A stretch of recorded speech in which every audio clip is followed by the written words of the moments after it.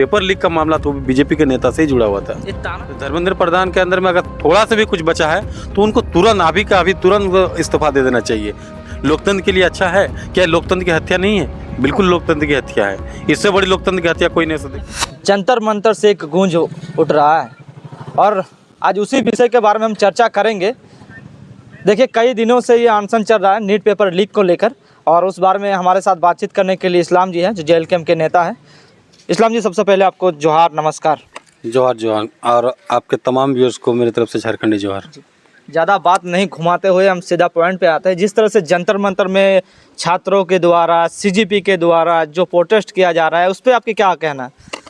देखिए, छात्र जब भी रोड पे उतरते, सड़क पे उतरते हैं तो ऐसे ही नहीं उतरते। कोई आंदोलनकारी जब आंदोलन करते हैं तो बहुत मजबूर होने के बाद जब उसकी बातों को सरकार दरकिनार करती है, उसको बातों को जब नहीं समझती है, उसको बातों को इग्नोर करती है, तब सरकार, छात्र हो या कोई आंदोलनकारी हो, रोड पे उतरते हैं। लेकिन जब छात्र अगर आंदोलन कर रहे हो तो देश के लिए बहुत गंभीर समस्या है, क्योंकि छात्र तब उतरे, छात्र इस देश के, मतलब कोई भी देश के छात्र भविष्य है, उस देश के रीढ़ है, रीढ़ की हड्डी है। और समझिए, अगर वो आंदोलन पर उतर रहे हैं तो मामला बहुत गंभीर है, तभी उनको उतरना। वहाँ का जो जंतर मंतर में जो प्रोटेस्ट हो रहा है, चाहे सोनम वांगचुक जो भूख हड़ताल पर बैठे थे, अपना 20 दिन तक लगातार भूख हड़ताल पे थे, या फिर अभिजीत दीपके थे जो विदेश में पढ़ाई कर रहे थे, लेकिन वो अपना देश की समस्या को देखने के बाद उससे रहा नहीं कि वो अपने देश पे आए थे। और यही आंदोलन जब कर रहे हैं छात्र के लिए, जो लगातार उन लोग की मांग है, हम पूरा भारत के स्टूडेंट का, कि धर्मेंद्र प्रधान अपना इस्तीफा दे, क्योंकि बार बार पेपर लीक छात्रों का भविष्य, कितना छात्र सुसाइड कर लिए हैं। तो ये कहीं ना कहीं बहुत गंभीर विषय है हमारे देश के लिए, हमारे देश के भविष्य के लिए बहुत ही गंभीर विषय है, और ये बहुत ही गलत हो रहा है भारत में। और इसीलिए ये आंदोलन कोई राजनीतिक का आंदोलन नहीं है, या कोई अगर कहे कि आपका कार्यकर्ता है या आपका वो नेता है, जी ऐसा बिल्कुल नहीं।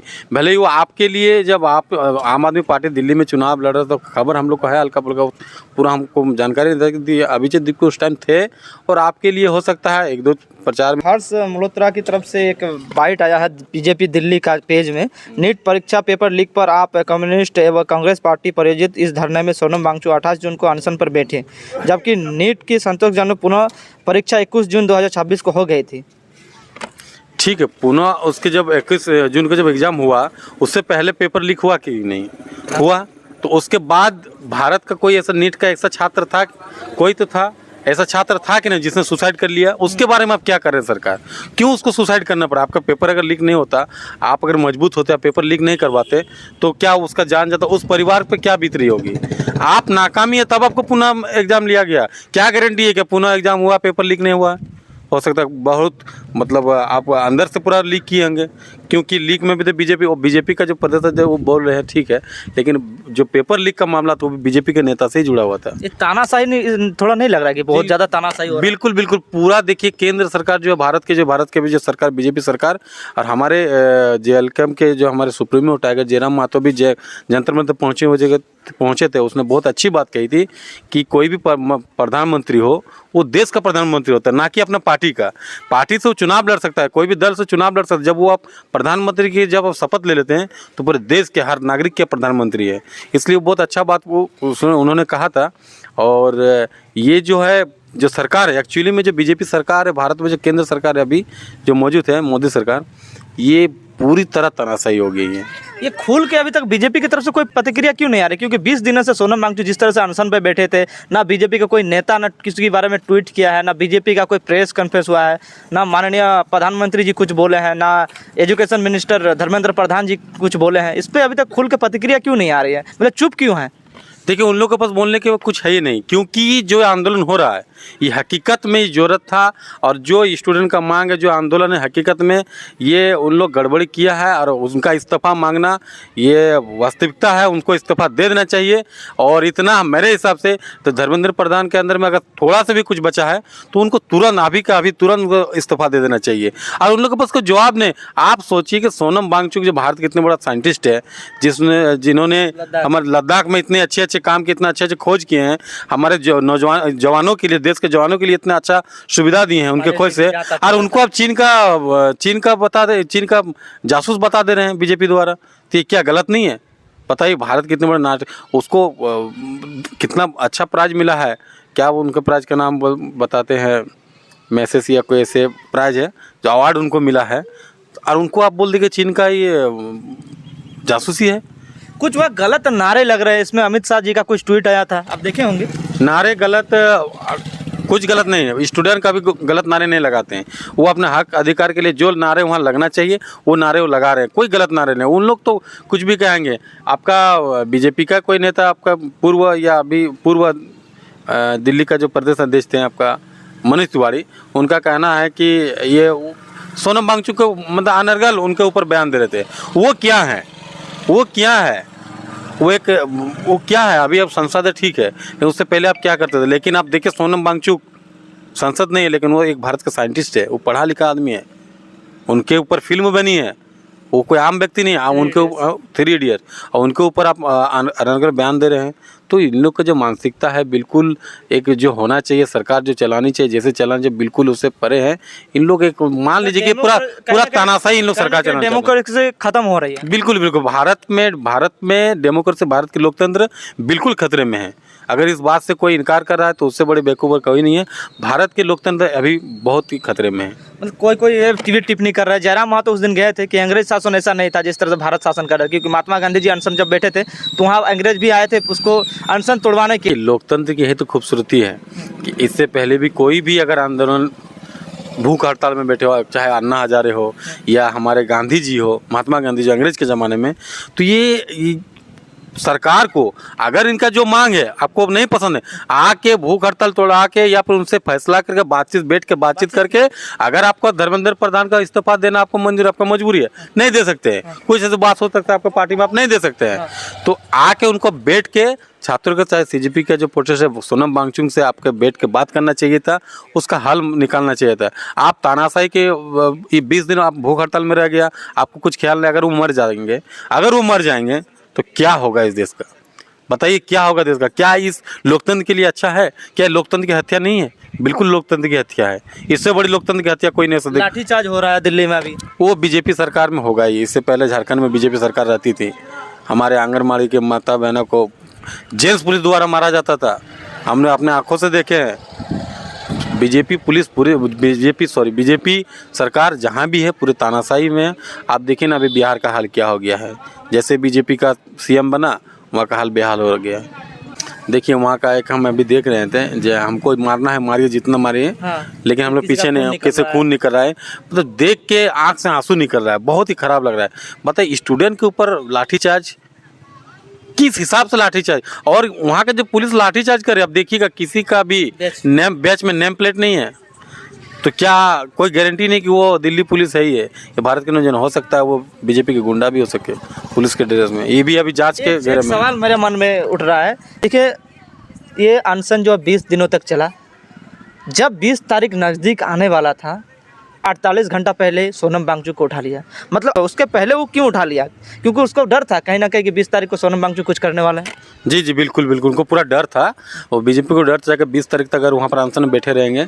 और ये भी डर था कि इनका हालत दिन ब दिन बिगड़ते जा रहा था, क्योंकि 20 दिन भूख हड़ताल, वो भी 59, लगभग 60 साल का उम्र है। और अगर उनको कुछ हो जाएगा, सरकार बहुत बड़ी जवाबदेही हो सकता है, एक दिन में सरकार भी गिर सकती है। अगर सोनम वांगचुक वहाँ भूख हड़ताल में अगर उनको कुछ हो जाता, अगर वो उनका देहांत हो जाता, तो सोचिए देश में क्या हाल होता, देश का माहौल क्या हो जाता। डर तो है उनको, लेकिन डर का उनका जो मतलब जो उनको करना चाहिए था वो नहीं किया, लेकिन वो बिल्कुल बहुत गलत तरीक़ा से किया है कि आके चादर का दीवार बनाकर अचानक उठा के डॉक्टर है बोल के आप पुलिस या सिविल ड्रेस में उठा के, कुछ फोर्स ड्रेस में था, और उठा के सीधा आप जबरदस्ती हॉस्पिटल में, जबकि उसका अपना देख रेख के लिए दिल्ली हाईकोर्ट का साफ ऑर्डर था कि वहाँ का जो डॉक्टर दिया गया था उनका देख रेख में उनका भूख हड़ताल चलेगी। और उन लोग से हटा के अचानक एक हॉस्पिटल सफदरगंज में आप उनको भर्ती कर देते हैं, और उनका डॉक्टर को मिलने भी नहीं देते, उनका वाइफ को मिलने नहीं देते हैं।